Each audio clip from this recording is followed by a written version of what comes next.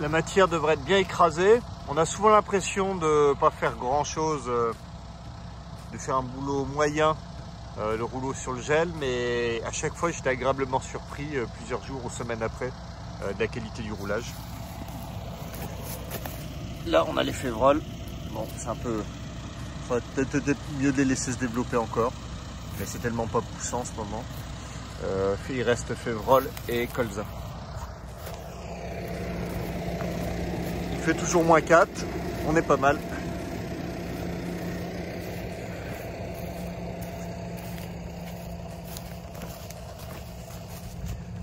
Ça nous fait quelque chose de bien appuyé pour la prédation des rapaces aussi. Salut. On se retrouve 16 jours après le passage du Cambridge sur les couverts sur sol gelé. Pour rappel, c'était vers 5-6 heures du matin. Il faisait -5. Normalement, j'ai dû vous mettre des extraits vidéo avant. On va voir le rendu. C'est souvent étonnant et ça vous montre qu'il n'y a pas forcément besoin de dépenser des milliers d'euros dans des rouleaux Faca ou Asher. Donc c'est garanti sans désherbage. Il n'y a pas de glyphosate de mis ici. On voit bien, ça tranche bien à côté. À droite, c'est le couvert avec 200 kg de févrole entre deux maïs. Ici, le sorgho était assez haut. Il n'y avait pas eu de semis de relais. Et on va aller voir dans toutes les bandes un peu plus loin où j'avais semé le relais févrole et avoine rue. Je fais partie des gens qui ont regardé au rouleau Asher. J'en ai essayé.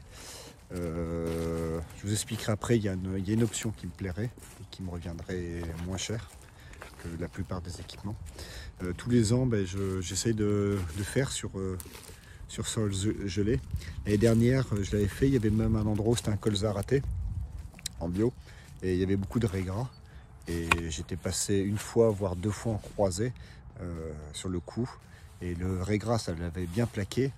Et quand je repassais dans le champ 48 heures après, il faisait beau après, il faisait un beau soleil. C'est souvent le cas d'ailleurs après les gelées assez fortes chez nous. Peut-être ailleurs, je ne sais pas. Et ça sentait le foin dans le champ. On sentait que ça avait été efficace même sur graminées. J'avais été très content du passage.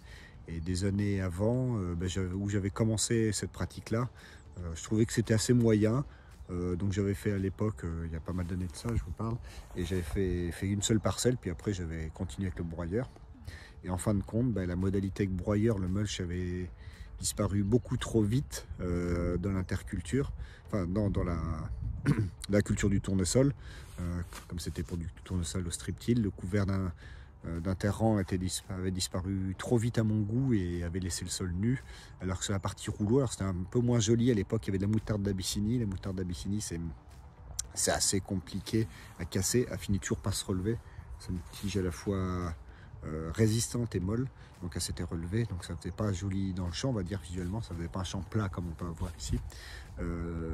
Mais le résultat était que tout le sorgho, ça l'avait couché au sol et ça faisait comme des tubes un peu comme si on couchait plein de paille, mais de paille qui sert à boire, c'est-à-dire vous couchiez plein de cannes de sorgho au sol, ça faisait une belle protection, alors que sur la partie broyée, ça a été digéré par le sol trop vite et c'est pas ce que l'on recherche. Donc après ça, j'ai arrêté de broyer les couverts au maximum et j'ai continué avec le rouleau. Ça demande une surveillance de la météo, mais le réveil à 4-5 heures, puis on regarde un peu la température qu'il fait, le rouleau est attelé, et puis voilà. Donc là, le rouleau, plus il est large, mieux c'est, comme souvent. Avec un rouleau de 6 mètres qu'on est assez grand, ça peut être assez long, sachant que l'année dernière, il fallait arrêter vers 8h30 à peu près, maximum 9h, parce que ça dégelait. Cette année, j'ai pu aller un peu plus tard. On va regarder ce que ça donne. C'est que c'est une étape très peu coûteuse, un passage de rouleau. Ça coûte moins cher qu'un passage souvent de broyeur. Tout dépend comment on a la propriété du broyeur aussi. Ça vient plaquer tous les résidus au sol. Ça fait des champs très clean, très plats. Visuellement, ça fait propre. On croirait presque. Regardez. Donc vous voyez, ça fait un rendu assez clean. On dirait que je suis passé avec un broyeur même. Regardez le rendu visuel. Et ça, pour un coût modique, ça ne demande pas un investissement spécifique, alors que Des fois, déjà en période de transition, ben, on veut acheter un semoir en plus, on veut acheter un strip-till, on veut acheter ce genre de choses.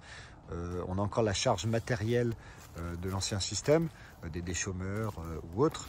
Donc c'est des investissements toujours en plus. Donc dans un premier temps, le but c'est de vous montrer qu'il n'y a pas besoin de mettre de l'argent dans un rouleau washer ou faca. On peut faire des choses tout à fait correctes avec son Cambridge classique. On a soit souvent personnellement ou en Kuma à côté ou avec un voisin.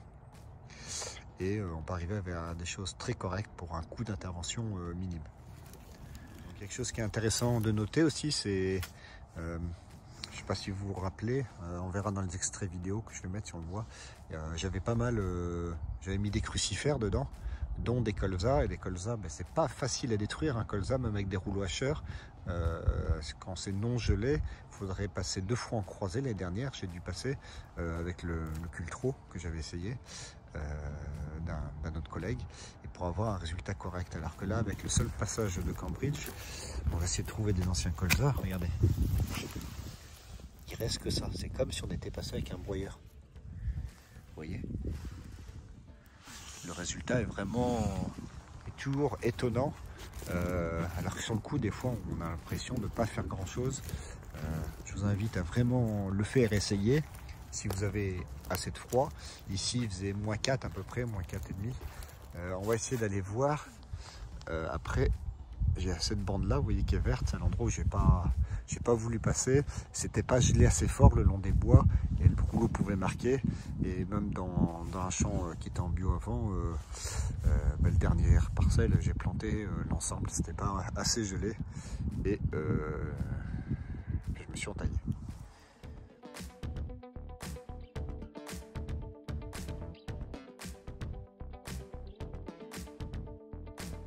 Donc là sur un précédent ici, qu'est-ce qui va être fait, enfin pas sur un précédent, pardon, sur les interventions à venir. Ici il y aura du compost de déchets verts qui sera, enfin c'est pas du compost d'ailleurs, c'est du déchet vert broyé qui va être épandu sur cette parcelle dès que ça sera assez portant, peut-être j'espère semaine prochaine. Et après ben, il y aura passage de strip-till au mois de mars. Et ça sera du maïs en sec, en ACS, basse densité. Donc on peut regarder un peu ce que ça donne au niveau du sol.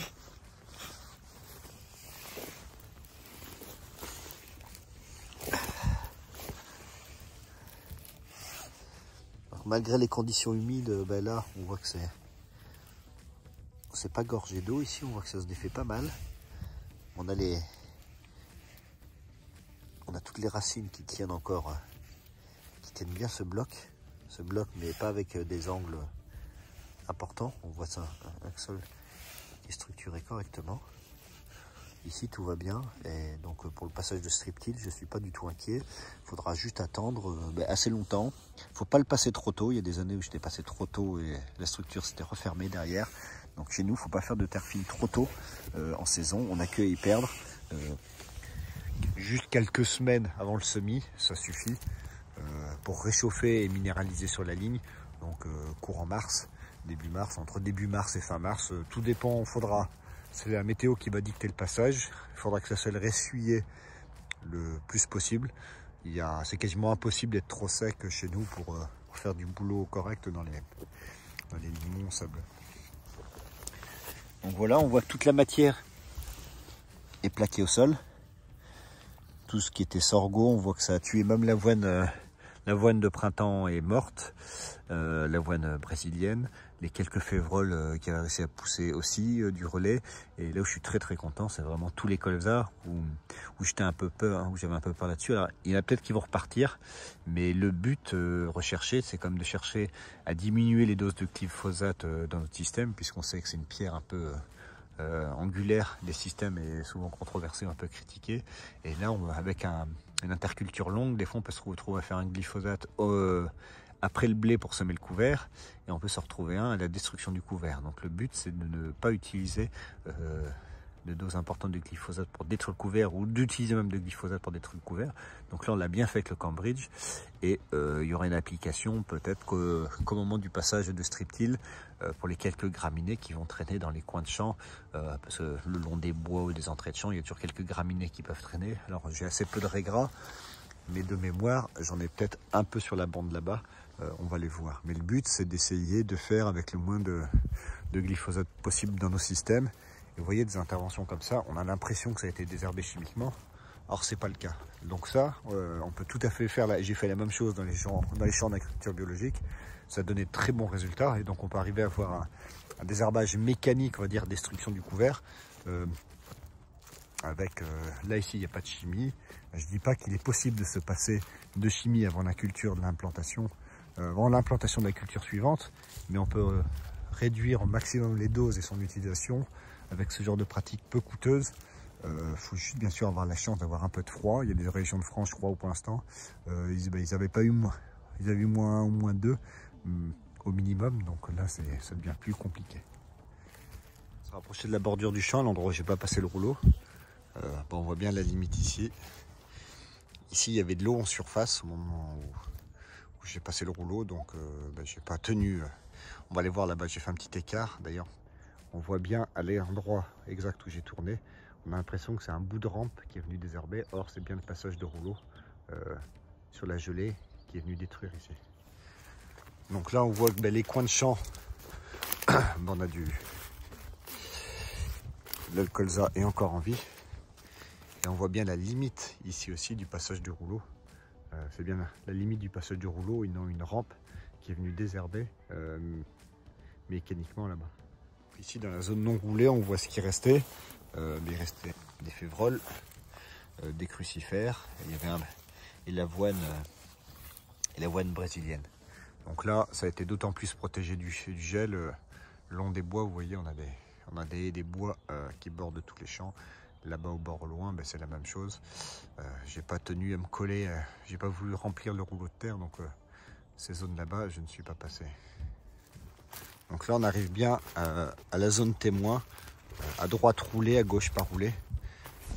Oui, vous aurez compris que c'est à gauche roulé, à droite pas roulé. Vous m'excuserez, je suis encore un peu malade. Pas toutes les idées en place. C'est sans appel sur l'efficacité du passage de rouleau. On prendrait juste une photo, on demanderait l'avis de la personne, ou même moi, a posteriori, on croirait que c'est un désherbage chimique qui est effectué. Donc ne sous-estimez pas le passage de rouleau quand vous le faites sur sol gelé, même si d'apparence vous avez l'impression de ne pas faire grand chose. Bon voilà, on va pas passer plus de temps là-dessus, mais c'était vraiment, ça peut sembler une opération un peu banale, l'utilisation du Cambridge mis dans nos systèmes. Pour moi, c'est un outil qui est assez important. D'ailleurs, c'est pour ça que l'achat a été fait au final en personnel par rapport à la surface à faire. Si on prend une culture là, comme par exemple du maïs ou du tournesol en ACS, le rouleau est utilisé une fois après le semis du couvert, une fois après la destruction du couvert, une fois après le passage du strip-till. Donc le Cambridge fait 3 fois la surface en tournesol maïs.